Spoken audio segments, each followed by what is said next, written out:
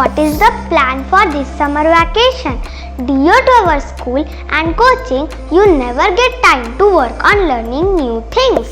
So, this summer vacations, I will help you to learn a new and very interesting skill.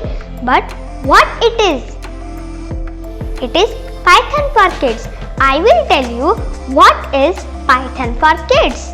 Python helps to tell a machine which actions to perform and how to complete tasks. Python is a programming language that provides rules for building websites, apps, games, and so on. So, I have developed a course which is Python for Kids.